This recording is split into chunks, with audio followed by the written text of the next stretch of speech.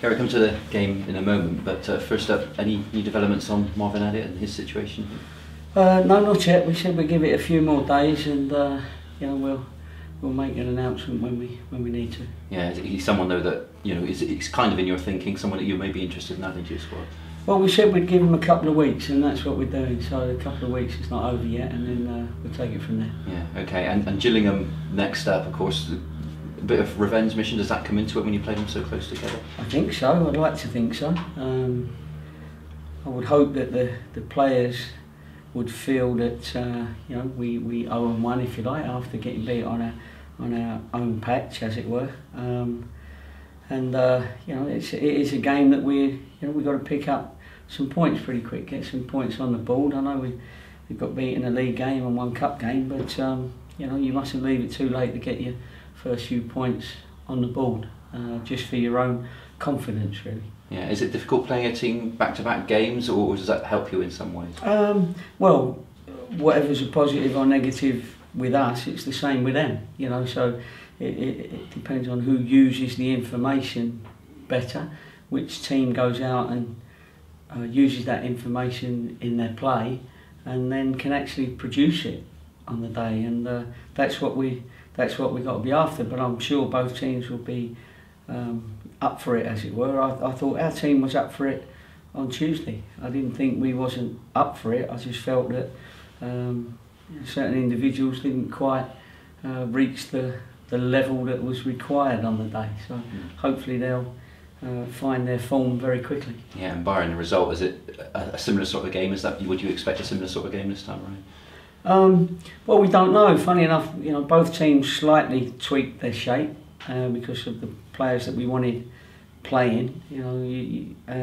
So whether they play their normal 4-4-2, which they played all throughout the pre-season, or whether they play their 3-5-2, we'll have to wait and see. But of course, you've got to be ready for both. But this is a game about us doing what we have to do and try and make them worry about us if we can. Yeah, and is there a sense that you pick up the first win, the confidence will boost, and that will just get you sort of kick-start the season, if you like? Yeah, I mean we're all a bit down, aren't we? Because we've lost a couple of games, and we've only lost the one league game. We're not at Christmas yet, and still not got a point. So it's still a bit early, but because we had high expectations of some of the lads that have come in, myself included, and those lads haven't quite performed how I know they can. So I'm hoping it's sooner rather than later that everybody will see. I think we've seen snippets of people that we've brought in, but as a team, because they're a young, new team, at the moment we're not quite gelling, and that's why we've done a long session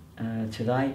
We'll do a session tomorrow before we travel, and hopefully in time we'll get it right. Hopefully, as I say, Saturday. And have you got the response you wanted out of your players during the training sessions? Well, yeah, I wouldn't say no anyway, would I? That made me look an idiot. But they're a good bunch of lads, and they're good characters. Some of them have not played at this level yet, and some certainly haven't had a big career at this level. So, we're having to still teach as we move on, and certain players like Gaffer, for instance, who's still a baby as far as football's concerned, because he didn't have an upbringing through a top youth system or an academy. So we're having to teach him as we go along. But because of our small squad, it's good for them that we have to keep giving opportunities to people, because we've got to make them come through, and we've had bad starts before and come strong, sort of thing. So you can't tell your public, don't worry, everything will be all right, when you've lost a couple. But in your head as a manager, you know that there's a lot more to come from us. Yeah, you said you were considering lodging an appeal over the red card for Seth Tuamasi. Was that something that you proceeded with?